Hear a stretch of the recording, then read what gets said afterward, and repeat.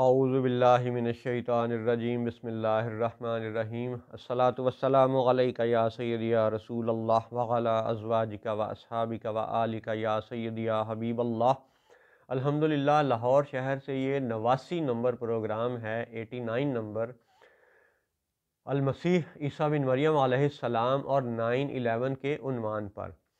تو بات ان پروگراموں میں چل رہی ہے المسیح عیسیٰ بن مریم علیہ السلام کے حوالے سے۔ تو یاد رہے کہ سورہ آل عمران کی آیات 45 سے 50 تک حضرت کے معجزات کا بیان ہے، وہ بشارت ہے جو فرشتوں نے حضرت مریم کو دی، اور اس میں اعوذ باللہ من الشیطان الرجیم اذ قالت الملائکۃ یا مریم ان اللہ یبشرک بکلمۃ منہ، یعنی فرشتے بشارت دیتے ہیں سیدہ مریم کو، اور پھر آگے جا کے ذکر آیا کہ فیکون طیرا باذن اللہ، پرندہ بن جائے گا اللہ کے حکم سے، وابرئ الاکمہ والابرص واحیی الموتى باذن اللہ، اللہ کے حکم سے ہو جائے گا۔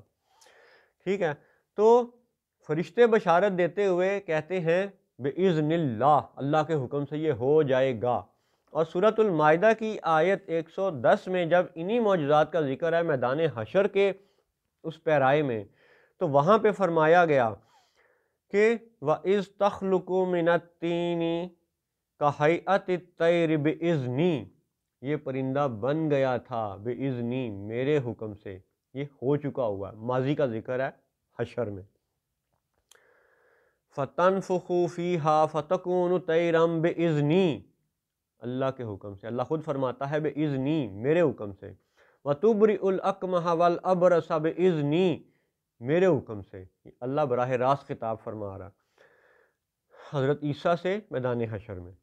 وَإِذْ تُخْرِجُ الْمَوْتَى بِإِذْنِي، اور مردے میں سے زندہ نکل آتا تھا، مردہ زندہ ہو جاتا تھا بِإِذْنِي، میرے حکم سے۔ تو بِإِذْنِ اللہ اور بِإِذْنِی کا فرق جب آپ سمجھ چکے، تو اب سورۃ المائدہ کی آیت کا تسلسل آگے مزید پڑھیے۔ وَإِذْ تُخْرِجُ الْمَوْتَى بِإِذْنِی وَإِذْ كَفَفْتُ بَنِي إِسْرَائِيلَ عَنْكَ إِذْ جِئْتَهُم بِالْبَيِّنَاتِ فَقَالَ الَّذِينَ كَفَرُوا مِنْهُمْ إِنْ هَٰذَا إِلَّا سِحْرٌ مُبِينٌ، اور جب تو مردوں کو میرے حکم سے زندہ نکالتا، اور جب میں نے بنی اسرائیل کو تجھ سے روکا، جب تو ان کے پاس روشن نشانیاں لے کر آیا، تو ان میں کے کافر بولے کہ یہ تو نہیں مگر کھلا جادو۔ یعنی اب میدان حشر میں جو ذکر ہے اس کو آپ یوں سمجھیں کہ کتاب و حکمت سکھائے جانے کا بھی ذکر ہوا، روح القدس کا بھی ذکر ہوا، اور پرندے کا زندہ ہو جانا بِإِذْنِی، یہاں پہ بِإِذْنِی اللہ کا فرمان ہے، میرے حکم سے، پھر شفا بِإِذْنِی، میرے حکم سے، مردے کا زندہ ہونا بِإِذْنِی، میرے حکم سے۔ پھر آگے فرمایا کہ جب یہ ساری نشانیاں لے کے حضرت المسیح عیسیٰ بن مریم علیہ السلام دنیا میں جلوہ گر تھے اور یہ سارا کچھ کر رہے تھے، ٹھیک ہے، خواہ وہ ان کا پہلا دور تھا پیدائش کے بعد والا، یا ان کا دوسرا دور تھا نزول کے بعد والا، اسی لیے ان کو ذوالقرنین بھی شمار کیا گیا، دو زمانوں والے، کیونکہ حضرت عیسیٰ علیہ السلام کے دو زمانے ہیں اس دنیا میں، ایک پیدائش کے بعد والا، ایک نزول کے بعد والا، اور دونوں میں معجزات کا ظہور ہوگا۔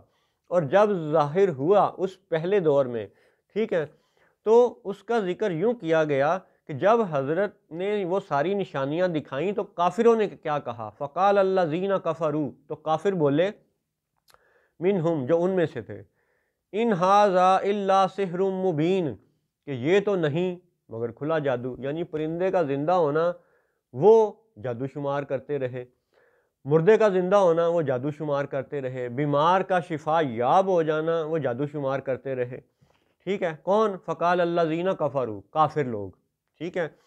تو جب اتنے معجزات دیکھ کر کے بھی وہ لوگ جادو کا ذکر کرتے ہیں، تو اب دیکھیں کہ حضرت المسیح عیسیٰ بن مریم علیہ السلام کا جب وہ ظاہری پہلا دور مکمل ہوا اور وہ آسمانوں پہ اٹھا لیے گئے، تو اس کے تقریباً 600 سال بعد حضور نبی اکرم صلی اللہ علیہ وسلم اس دنیا میں تشریف لاتے ہیں، اور جب حضور صلی اللہ علیہ وسلم نے اپنے مختلف معجزات دکھائے اور لوگوں کو اللہ کی طرف یعنی دعوت دی، تو مکے کے لوگوں نے ان سے یہ مطالبہ کیا کہ جی آپ اگر سچے نبی ہیں تو آپ یہ آسمان کے اوپر چاند توڑ کے دکھائیں، ٹھیک ہے۔ اب ان سب کا یہ ماننا تھا کہ آسمانوں پہ جادو نہیں چلتا، جادوگروں کا زور آسمانوں پہ نہیں چلتا، ٹھیک ہے۔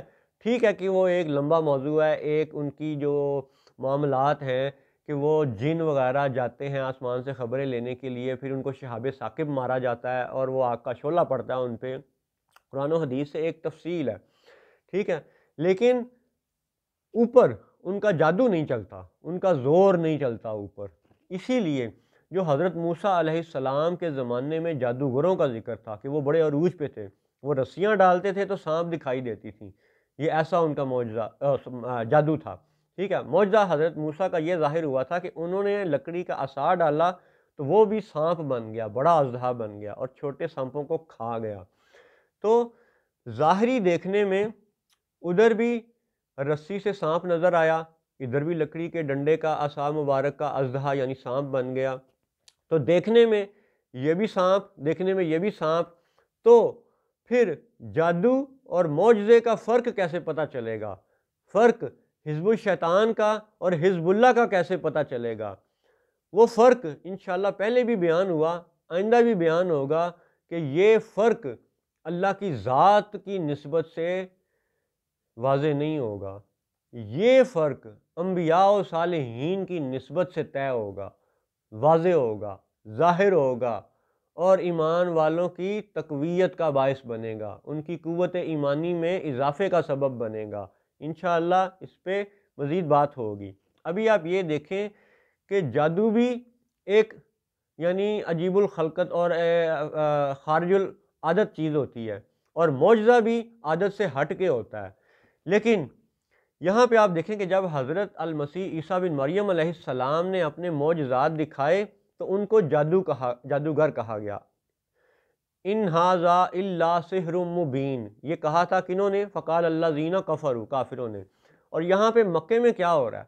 مکے میں وہ جو جادوگروں کا تسلسل صدیوں سے چلتا آ رہا تھا، وہی جو لوگوں کو، انسانوں کو دیوی دیوتاؤں کی پوجا پہ لگا چکے تھے، سورج کی پوجا پہ لگا چکے تھے، آگ کی پوجا پہ لگا چکے تھے، مختلف طرح کے معاملات میں الجھا چکے تھے، تو انہی میں سے ایک گروہ نے جو مکہ میں رہ رہا تھا، مکہ والوں نے حضور صلی اللہ علیہ وسلم سے یہ کہا کہ آپ اگر سچے نبی ہیں تو آسمانوں پہ اس چاند کو توڑ کے دکھائیں، کیونکہ جادوگروں کا بھی یہ ماننا تھا کہ آسمانوں پہ جادو نہیں چلتا۔ تو اب آپ دیکھیں کہ حضرت عیسیٰ علیہ السلام کے معاملات کو، معجزات کو کافروں نے جادو قرار دیا، اور حضور سے کیا کہا جا رہا ہے کہ آپ آسمانوں پہ چاند توڑ کے دکھائیں کیونکہ آسمانوں پہ جادو نہیں چلتا۔ تو اب حضور صلی اللہ علیہ وسلم نے کیا کیا؟ مشہور و معروف واقعہ ہے، قرآن پاک سے ثابت ہے، حدیث پاک میں ذکر ہے کہ حضور صلی اللہ علیہ وسلم نے مکہ والوں کے سامنے اس چاند کو اپنی انگلی کے اشارے سے توڑا اور پھر جوڑا۔ چاند کا ٹوٹنا بھی معجزہ، چاند کا جڑ جانا بھی معجزہ، اور شان کس کی بیان فرمائی جا رہی ہے؟ حضرت محمد الرسول اللہ صلی اللہ علیہ وسلم کی، کہ اب دیکھیں وہاں پہ کیا ہے؟ صرف انگلی کا اشارہ ہے اور چاند ٹوٹ گیا۔ اور سورۃ القمر جو قرآن پاک کی 54 نمبر سورت ہے، سورۃ القمر کی ابتدائی آیات میں ہے وَانشَقَّ الْقَمَرُ، اور چاند شق ہو گیا، ٹوٹ گیا۔ وہاں پہ یہ نہیں فرمایا گیا کہ بِإِذْنِی، میرے حکم سے، یا بِإِذْنِ اللہ، اللہ کے حکم سے، اللہ نے یہ وہاں پہ ذکر نہیں کیا، بس یہ ارشاد فرما دیا وَانشَقَّ الْقَمَرُ، چاند ٹوٹ گیا۔ اب جادوگروں کا کیا ماننا تھا کہ آسمانوں پہ جادو نہیں چلتا، اور وہاں پہ چاند توڑ کے دکھایا گیا، اور اللہ نے یہ بھی نہیں فرمایا کہ بِإِذْنِی، میرے حکم سے، اور اللہ کی طرف سے یہ بھی نہ فرمایا گیا بِإِذْنِ اللہ، اللہ کے حکم سے۔ وہاں پہ شان کس کی دکھائی جا رہی ہے؟ حضور کی، اور بِإِذْنِی کا ذکر نہیں کیا جا رہا، بِإِذْنِ اللہ کا ذکر نہیں کیا جا رہا۔ اور اب اس کو مزید آپ یوں سمجھیں کہ حضور کی شان آسمانوں پہ کیسے ہے، جہاں پہ جادو نہیں چلتا وہاں پہ حضور کی شان کیسے ہے۔ اب آپ وہ سنیے، سورۃ التکویر، یہ 81 نمبر 81 نمبر کی صورت ہے، اور ان کی آیات آپ دیکھیں کہ آیت نمبر 15 سے ہم لوگ شروع کرتے ہیں۔ 81 نمبر سورۃ التکویر، آیت نمبر 15 سے لے کے ہم لوگ آیت نمبر 24 تک تلاوت کرتے ہیں۔ اب آپ سنیے گا، اعوذ باللہ من الشیطان الرجیم، فلا اقسم بالخنس۔ اب اقسم قسم سے ہے، یہ عربی والوں کو بھی معلوم ہے، اردو والوں کو بھی سمجھ آتی ہے۔ قسم سے بات کا آغاز کیا جا رہا ہے، قسم سے، فلا اقسم بالخنس الجوار الکنس۔ اب اس کا ترجمہ سنیں تو قسم ہے ان کی جو الٹے پھریں۔ اب کون ہے جو الٹے پھریں؟ قرآن میں تو نہیں بتایا گیا، کون ہمیں بتاتے ہیں؟ نبی پاک صلی اللہ علیہ وسلم حدیث پاک میں، اور پھر تشریح، تفصیل، تفسیر کس کے حوالے سے بیان ہوتی ہے؟ حضور کی حدیث کے حوالے سے۔ اس کا مطلب ہے کہ اللہ کے فضل سے حدیث کا علم زیادہ ہے، اور اللہ کی شان ہے کہ قرآن بھی حدیث کا ایک جز ہے، کیونکہ حضور نبی اکرم صلی اللہ علیہ وسلم کے دہن اقدس سے ارشاد ہوا، لہٰذا قرآن بھی حدیث کا ایک جز ہے۔ تو آپ جز کو یوں سمجھیں کہ جب یہ فرمایا گیا فلا اقسم بالخنس، وہ قسم ہے ان کی جو الٹے پھریں۔ تو اب کون ہے جو الٹے پھرتے ہیں؟ ٹھیک ہے، الجوار الکنس، ٹھیک ہے، سیدھے چلیں، تھم رہیں۔ تو یہ کون ہیں؟ پھر حدیث پاک میں ان کی تشریح بیان کی گئی کہ وہ جو ستارے ہیں 5، جنہیں خمسہ متحیرہ کہتے ہیں، زحل، مشتری، مریخ، زہرہ، عطارد وغیرہ، یہ مولانا نعیم الدین مراد آبادی رحمۃ اللہ علیہ نے کنز الایمان ترجمے کی حاشیے میں یہ باتیں ذکر کی ہیں حدیث پاک کے حوالے سے۔ تو اب قسموں کا آپ تسلسل سنیے کہ اللہ تعالیٰ کتنی قسمیں کھانے کے بعد، کتنی قسمیں بیان کرنے کے بعد، کھانے کا لفظ مناسب نہیں ہے، کتنی قسمیں بیان کرنے کے بعد اللہ تعالیٰ کا ارشاد کیا ہے رسول کریم کے بارے میں۔ اب آپ یہ سنیے، فلا اقسم بالخنس الجوار الکنس واللیل اذا عسعس والصبح اذا تنفس انہ لقول رسول کریم ذی قوت عند ذی العرش مکین مطاع ثم امین وما صاحبکم بمجنون ولقد رآہ بالافق المبین وما هو علی الغیب بدنین۔ اب ترجمہ سنیے، تو قسم ہے ان کی جو الٹے پھریں، سیدھے چلیں، تھم رہیں، اور رات کی جب پیٹھ دے، اور صبح کی جب وہ دم لے، سانس لے، تنفس۔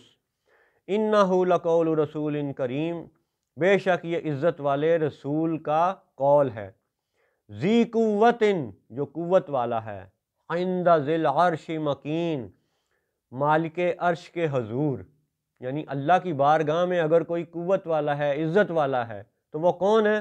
وہ رسول کریم ہے۔